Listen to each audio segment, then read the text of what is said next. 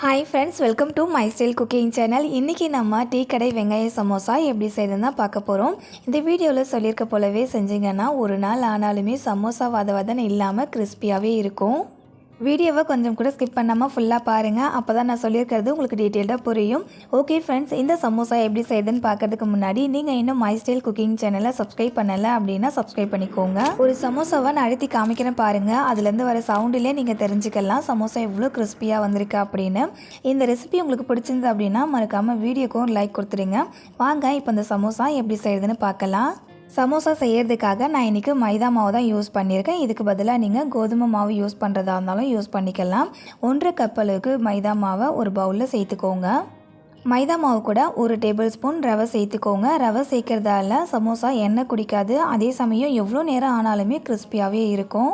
And 3 table spoon எந்த ஒரு ஃப்ளேவருமே இல்லாத எண்ணெய் சேர்த்துக்கோங்க. 1/4 டேபிள் ஸ்பூன் உப்பு சேர்த்துட்டு இப்போ இந்த மாவு வந்துட்டு கையால் நல்லா பசஞ்சு விட்டுக்கோங்க. ஃபஸ்ட்டு தண்ணியெலாம் எதுவும் சேர்க்காமல் நம்ம சேர்த்துக்கிட்ட எண்ணெய் உப்பு இது எல்லாமே மாவு கூட மிக்ஸ் ஆகணும்.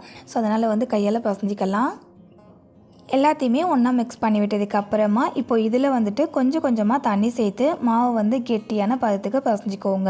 நம்ம சப்பாத்திக்கெலாம் மாவு பசைவோம் இல்லையா, அதே மாதிரி நல்ல கெட்டியான பதத்துக்கு பசஞ்சிக்கலாம். இந்த மாதிரி ஒரு கெட்டியான பதத்துக்கு மாவை பசஞ்சதுக்கப்புறம் கையால் இந்த மாதிரி நல்லா அழுத்தி விட்டு மாவை பசஞ்சிக்கோங்க. மாவு இந்த மாதிரி நம்ம அழுத்தி விட்டு பசையும் போது நல்லா சாஃப்டாகி வரும். மைதா மாவை நல்லா சாஃப்டாக பசைஞ்சோம் அப்படின்னா சமோசா சாஃப்டாக இருக்கும், ஹார்டாக இருக்காது, அதே டைம் நல்லா கிறிஸ்பியாக வரும். மாவை நல்லா அழுத்தி பசஞ்சு விட்டதுக்கப்புறம் மாவை கையால் தொட்டு பார்த்தீங்க அப்படின்னா மாவு கையில் பிசு பிசுன்னு ஒட்டக்கூடாது. இது கரெக்டான கன்சிஸ்டன்சி. இப்போது இதில் ஒரு 2 டேபிள் ஸ்பூன் எண்ணெய் சேர்த்து மாவு மேலே அப்ளை பண்ணிக்கோங்க. இப்போ இந்த மாவை மூடி போட்டு மூடிட்டு ஒரு அரை மணி நேரத்துக்கு ஊற வச்சுக்கலாம். இந்த மாவு ஊறுற கேப்பில் இதுக்குள்ளே வைக்கிறதுக்காக வெங்காய மசாலா ரெடி பண்ணிக்கலாம். அதுக்கு ஸ்டவ் ஆன் பண்ணிவிட்டு ஒரு வானல் வச்சுட்டு வானலில் 4 டேபிள் ஸ்பூன் எண்ணெய் சேர்த்துக்கோங்க. எண்ணெய் சூடானதுக்கு அப்புறமா 3 பெரிய சைஸ் வெங்காயத்தை கட் பண்ணி சேர்த்துக்கோங்க. ஒரு பச்சை மிளகாவை கட் பண்ணி சேர்த்துக்கலாம். 2 மீடியம் சைஸ் கேரட்டை துருவிட்டு சேர்த்துக்கோங்க. இப்போ இது 3த்தையுமே வதக்கிக்கலாம். வெங்காயம், கேரட், பச்சை மிளகாய் இது 3த்தையுமே ஒரு 2லேருந்து 3 நிமிஷத்துக்கு வதக்கி விட்டுக்கோங்க. வதக்கி விட்டதுக்கு அப்புறமா இந்த மசாலாவுக்கு தேவையான அளவுக்கு உப்பு சேர்த்துக்கலாம். ஒரு 1/2 டேபிள் ஸ்பூன் அளவுக்கு உப்பு சேர்த்திங்கன்னா உப்பு அளவு கரெக்டாக இருக்கும். உப்பு சேர்த்ததுக்கு அப்புறமா இந்த மாதிரி கலந்து விட்டுக்கோங்க. வெங்காயம் பாதி அளவுக்கு வதங்கியிருந்தால் போதும். வெங்காயம் பாதி அளவுக்கு வதங்கினதுக்கு அப்புறமா இதில் 1.5 டேபிள் ஸ்பூன் அளவுக்கு தனி மிளகாய் தூள் சேர்த்துக்கோங்க.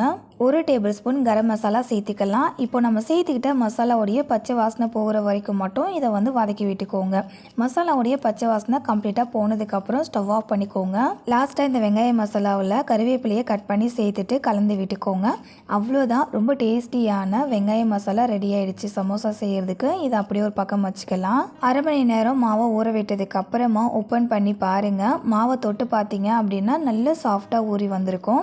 இப்போ இந்த மாவுலேருந்து கொஞ்சம் கொஞ்சமாக மாவு எடுத்து உருண்டை ஷேப்பில் உருட்டி வச்சுக்கலாம். அடுத்து இந்த மாவு உருட்டுறதுக்காக கொஞ்சமாக மைதா மாவு அப்படின்னா கோதுமை மாவு ஸ்ப்ரெட் பண்ணிவிட்டு இப்போ இந்த மாவு மேலே நம்ம உருண்டை உருட்டி வச்சுருக்கோம் இல்லையா, அந்த மாவு வச்சுட்டு இந்த மாதிரி ரவுண்ட் ஷேப்பில் உருட்டிக்கோங்க. மாவை இந்த மாதிரி உருட்டும் போது எந்த அளவுக்கு மாவை நல்லா மெல்லிஸாக உருட்ட முடியுதோ அந்த அளவுக்கு உருட்டி எடுத்துக்கோங்க. எந்த அளவுக்கு நம்ம மெல்லிஸாக உருட்டுறோமோ அந்த அளவுக்கு சமோசா நல்லா கிறிஸ்பியாக வரும். நம்ம ரெடி பண்ணி வச்சுருக்க எல்லா மாவையுமே நல்லா மெல்லிஸாக இந்த மாதிரி உருட்டி எடுத்துக்கோங்க. இப்போது இதை வேக வைக்கிறதுக்காக ஒரு தவாவை சூடு பண்ணிவிட்டு அதில் இந்த மாவை இந்த மாதிரி போட்டுடுங்க. ஹை ஃப்ளேமில் ஒரு 30 செகண்டுக்கு ஒரு பக்கம் வேக வைங்க. இந்த மாவை இன்னொரு பக்கம் திருப்பி போட்டு ஒரு 30 செகண்டுக்கு வேக வைங்க. ரொம்ப நேரம் மாவை வேக வச்சிடக்கூடாது. மாவை வேக வைக்கும்போது மேலே அங்கங்கே ஒயிட் கலராக சேஞ்ச் ஆகும். அந்த மாதிரி கலர் சேஞ்ச் ஆகும்போது மாவை திருப்பி போட்டு வேக வைக்கணும். 2 பக்கமே இந்த மாதிரி ஒயிட் கலரில் வந்ததுக்கப்புறம் மாவு தவாலேருந்து எடுத்துடுங்க. இப்போது நான் சொன்னது போலவே எல்லா மாவையுமே வேக வச்சு எடுத்துக்கோங்க. வேக வச்சு எடுத்ததுக்கப்புறமா இந்த மாதிரி எல்லாத்தையும் ஒன்றா ஒன்று மேலே ஒன்று வச்சுக்கோங்க. எனக்கு மொத்தமாக 7 ஷீட் கிடச்சிது. இப்போது இந்த மாவு ஸ்கொயர் ஷேப்பில் கட் பண்ணணும். ஸோ அதனால் சுற்றி இந்த மாதிரி எக்ஸ்ட்ரா இருக்கிற மாவு கட் பண்ணி எடுத்துக்கோங்க. இந்த எக்ஸ்ட்ரா மாவு வேஸ்ட் பண்ண வேண்டாம். அதையுமே நான் ஒரு ஸ்நாக்ஸாக செஞ்சு காமிச்சிருக்கேன். ஸ்கொயர் ஷேப்பில் மாவை கட் பண்ணதுக்கப்புறமா இந்த மாதிரி சென்டரில் மாவை கட் பண்ணிக்கோங்க. அவ்வளோதான், சமோசா ஷீட் நமக்கு ரெடி ஆகிடுச்சு. மொத்தமாக இதில் 14 சமோசா ஷீட் இருக்குது. சமோசா ஷீட் ரெடி பண்ணும்போது சைடில் மீந்துச்சு இல்லையா மாவு, இப்போ இதையுமே இந்த மாதிரி சின்ன சின்னதாக கட் பண்ணி இதை தனியாக எடுத்து வச்சுக்கோங்க. நெக்ஸ்ட்டு 2 டேபிள் ஸ்பூன் கோதுமை மாவை ஒரு பவுலில் ஆட் பண்ணிக்கோங்க. இந்த மாவு கூட கொஞ்சமாக தண்ணி சேர்த்து மாவை இந்த மாதிரி நல்லா ஸ்மூத்தாக ஒரு பேஸ்ட் கன்சிஸ்டன்சிக்கு ரெடி பண்ணி எடுத்துக்கோங்க. இதை அப்படியே பக்கத்தில் வச்சுக்கோங்க. இப்போது நம்ம சமோசா ரெடி பண்ணுறதுக்காக ஷீட் வந்து எப்படி மடிக்கிறதுன்னு பார்க்கலாம். ஃபர்ஸ்ட் வந்து அந்த மாவு வந்து எந்த இடத்துல வந்து மடிக்க போகிறீங்க அப்படின்றத ஃபர்ஸ்ட்டே வந்து இந்த மாதிரி பார்த்துக்கோங்க. இந்த மாதிரி ஃபஸ்ட்டே நம்ம வந்து பார்த்து வச்சிட்டோம் அப்படின்னா எந்த இடத்துல நம்ம அந்த ஷீட்டை வந்து மடிக்க போகிறோமோ அந்த இடத்துல நேராக வந்துட்டு இந்த மாதிரி பேஸ்ட்டை எடுத்து அப்ளை பண்ணிக்கலாம். வீடியோவில் காமிக்கிறேன் பாருங்கள். இந்த மாதிரி அந்த பேஸ்ட்டை வந்துட்டு எந்த இடத்துல நம்ம ஷீட்டை மடிக்க போகிறோமோ அந்த இடத்துல வந்து அப்ளை பண்ணிவிட்டு மாவு வந்து இந்த மாதிரி மடித்து விடுங்க. மடித்ததுக்கப்புறமா மடித்த பக்கம் இருக்குல்ல, அதை எடுத்துக்கிட்டு போய் ஆப்போசிட்டில் இருக்குது இல்லையா, அந்த பக்கத்தில் வந்து இந்த மாதிரி வைங்க. வச்சிட்டிங்க அப்படின்னா நமக்கு வந்து கோன் ஷேப்க்கு வந்து ரெடி ஆகிடும். இப்போது இதில் வந்துட்டு நம்ம ரெடி பண்ணி வச்சுருக்க வெங்காய சமோசாவை உள்ளே வச்சுக்கலாம். சமோசா ஷீட்டுக்குள்ளே வந்துட்டு எந்த அளவுக்கு அந்த வெங்காய மசாலாவை வைக்க முடியுதோ அந்த அளவுக்கு மட்டும் வச்சுக்கோங்க. வெங்காய மசாலாவை உள்ளே வச்சதுக்கப்புறமா இப்போது இந்த மேலே இருக்குது இல்லையா அந்த ஷீட்டு, இப்போது இதை வந்துட்டு எந்த இடத்துல வந்து எண்ட் ஆகுது அப்படின்னு மடித்து பாருங்கள். எந்த இடத்துல அந்த ஷீட்டு வந்து முடியுதோ அந்த இடத்துல வந்துட்டு நம்ம ரெடி பண்ணி வச்சுருக்க அந்த பேஸ்ட்டை வந்து அப்ளை பண்ணிக்கோங்க. அப்ளை பண்ணிவிட்டு அந்த ஷீட்டை வந்து மடித்து விட்டுக்கோங்க. மடித்து விட்டு ஒட்டிக்கோங்க. திரும்ப மேல் பக்கம் இன்னொரு ஷீட்டு வந்து மடித்து விடுற மாதிரி இருக்குது. அதனால் வந்துட்டு அந்த இடத்துலையுமே கொஞ்சம் வந்து பேஸ்ட் அப்ளை பண்ணிவிட்டு அதையுமே நான் மடித்து விட்டுக்கிறேன். அவ்வளோதான், சூப்பராக வந்துட்டு சமோசா ஷேப்க்கு ரெடி ஆகிடுச்சு பாருங்கள். நான் சொன்னது போலவே வந்துட்டு கரெக்டாக செஞ்சிங்க அப்படின்னா இந்த மாதிரி அழகாக சமோசா ஷேப்க்கு வந்துடும். இதே போல் மீதி இருக்கிற எல்லா சமோசா ஷீட்லேயுமே ரெடி பண்ணி எடுத்துக்கோங்க. ரெடி பண்ணதுக்கப்புறமா இதை வந்து ஃப்ரை பண்ணி எடுக்கிறதுக்காக ஒரு வாணலில் எண்ணெய் சேர்த்துட்டு எண்ணெயை நல்லா சூடு பண்ணிக்கோங்க. எண்ணெய் சூடாயிடுச்சான்னு பார்க்குறதுக்காக கொஞ்சமாக மாவை எண்ணெயில் போட்டு பார்த்தீங்க அப்படின்னா எண்ணெயில் மாவை போட்டதுமே பபிள்ஸ் வந்து மேலே எழும்பி வருது பாருங்கள். இப்போ எண்ணெய் நல்லா சூடாயிருக்கு.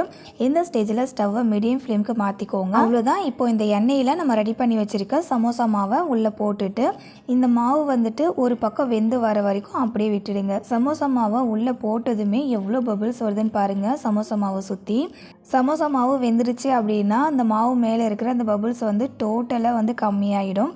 ஸோ அது வரைக்கும் இந்த சமோசா மாவு வந்துட்டு 2 பக்கமே திருப்பி விட்டு வேக வச்சுக்கலாம். சமோசா மாவை எண்ணெயில் போட்டு வேக வைக்கும்போது ஒரு 3 நிமிஷத்துக்கு ஒரு தடவை சமோசாவை திருப்பி விட்டு ஃப்ரை பண்ணிக்கோங்க. அப்போ தான் 2 சைடுமே ஈவனாக ஒரே கலராக இருக்கும். அண்ட் 2 சைடுமே மாவு வந்து நல்லா வெந்து வரும். சமோசா மாவை ஃப்ரை பண்ணும்போது கண்டிப்பாக ஸ்டவ் மீடியம் ஃப்ளேமில் மெயின்டைன் பண்ணிக்கோங்க. அப்போ தான் மாவு வெந்து வரும். சப்போஸ் ஹை ஃப்ளேமில் வச்சு ஃப்ரை பண்ணிங்க அப்படின்னா மாவு வந்து வேகாது. ஆனால் சமோசாவுடைய கலர் மட்டும் டக்குன்னு சேஞ்ச் ஆகிடும். அதனால் மீடியம் ஃப்ளேம்லேயே வச்சு சமோசாவை ஃப்ரை பண்ணிக்கோங்க. இப்போ பாருங்கள், சமோசா வந்து நல்லா வெந்து கலர் வந்துட்டு நல்ல ஒரு கோல்டன் ப்ரௌன் கலருக்கு சேஞ்ச் ஆகியிருக்கு. இந்த மாதிரி கலர் சேஞ்ச் ஆகி சமோசா வெந்ததுக்கு அப்புறமா அதை அப்படியே எண்ணெயிலேருந்து எடுத்துக்கலாம். சமோசாவை ஃப்ரை பண்ணும்போது உள்ளே வச்சுருக்க அந்த மசாலா கொஞ்சம் கூட வெளியே வரவே இல்லை பாருங்கள். பார்க்கும்போது உங்களுக்கு தெரியும். அதே மாதிரி சமோசா செம்ம பர்ஃபெக்டாக ரெடியாக இருக்குது. இந்த வீடியோவில் சொல்லியிருக்க போலவே அப்படியே செஞ்சிங்க அப்படின்னா டீ கடையில் கிடைக்கிற சமோசா உங்களாலையும் வீட்டில் செய்ய முடியும். ஸோ கண்டிப்பாக இந்த வீடியோவில் சொல்லியிருக்க போலவே செஞ்சு பாருங்கள். சமோசாவை ஃப்ரை பண்ண இதே எண்ணெயிலே வந்துட்டு நம்ம கட் பண்ணி வச்சுருந்தோம் இல்லையா மீதி இருந்த மாவு, அதையுமே வந்துட்டு எண்ணெயில் போட்டு ஃப்ரை பண்ணி எடுத்துக்கோங்க. இந்த மாவையும் ஃப்ரை பண்ணும்போது ஸ்டவ் மீடியம் ஃப்ளேம்லேயே வச்சு இந்த மாதிரி வந்து கலரை விட்டு ஃப்ரை பண்ணுங்கள். அப்போ வந்துட்டு எல்லாமே ஒரே கலரில் ஈவனாக ஃப்ரை ஆகி வரும். மாவு நல்லா ஃப்ரை ஆகி கோல்டன் ப்ரௌன் கலருக்கு சேஞ்ச் ஆகும்போது இது கூட கொஞ்சமாக கறிவேப்பிலை சேர்த்து ஃப்ரை பண்ணிக்கோங்க. அவ்வளோதான். இப்போ இந்த மாவு வந்து நல்லா ஃப்ரை ஆகிடுச்சு. இப்போது இதை வந்துட்டு நம்ம எண்ணெயிலேருந்து எடுத்துக்கலாம். இப்போது நம்ம ஃப்ரை பண்ண சிப்ஸை ஒரு பவுலில் மாற்றிட்டு அதில் 1/4 டேபிள் ஸ்பூன் உப்பு சேர்த்துக்கோங்க. 1/4 டேபிள் ஸ்பூன் தனி மிளகாய் தூள் சேர்த்துக்கோங்க. 1/4 டேபிள் ஸ்பூன் கரம் மசாலா சேர்த்துக்கோங்க. சேர்த்துட்டு இப்போ இது எல்லாத்தையுமே நல்லா ஒன்றா மிக்ஸ் பண்ணி விட்டுக்கலாம். அவ்வளோதான். சமோசா செய்யும்போதே அது கூடவே ஒரு சிம்பிளாக ரொம்ப டேஸ்டியான சிப்ஸுமே ரெடி ஆகிடுச்சு. இதையுமே வந்துட்டு நீங்கள் 1 வீக்லேருந்து 2 வீக்ஸ் வரைக்கும் ஸ்டோர் பண்ணி வச்சுக்கலாம். அவ்வளோதாங்க, நம்ம ஆல் டைம் ஃபேவரட்டான டீ கடை வெங்காய சமோசா செம்ம சூப்பராக ரெடி ஆகிடுச்சு. இந்த வீடியோவில் சொல்லியிருக்க போலவே கண்டிப்பாக ட்ரை பண்ணி பாருங்கள். ஓகே ஃப்ரெண்ட்ஸ், இன்றைக்கி உங்க கூட ஷேர் பண்ணிக்கிட்ட இந்த வெங்காய சமோசா ரெசிபி உங்களுக்கு பிடிச்சிருக்குன்னு நினைக்கிறேன். பிடிச்சிருந்துன்னா இந்த வீடியோக்கு மறக்காமல் ஒரு லைக் பண்ணுறீங்க. இந்த மாதிரி இன்னும் இன்ட்ரெஸ்டிங்கான ரெசிபிஸ்க்கு மை ஸ்டைல் குக்கிங் சேனலை சப்ஸ்கிரைப் பண்ணிக்கோங்க. ஓகேங்க, இதே மாதிரி ஒரு இன்ட்ரெஸ்டிங்கான அண்ட் சூப்பரான ரெசிபியோட நாளைக்கு மதியம் 3 மணிக்கு மீட் பண்ணலாம் ஃப்ரெண்ட்ஸ். தேங்க்ஸ் ஃபார் வாட்சிங். பாய்.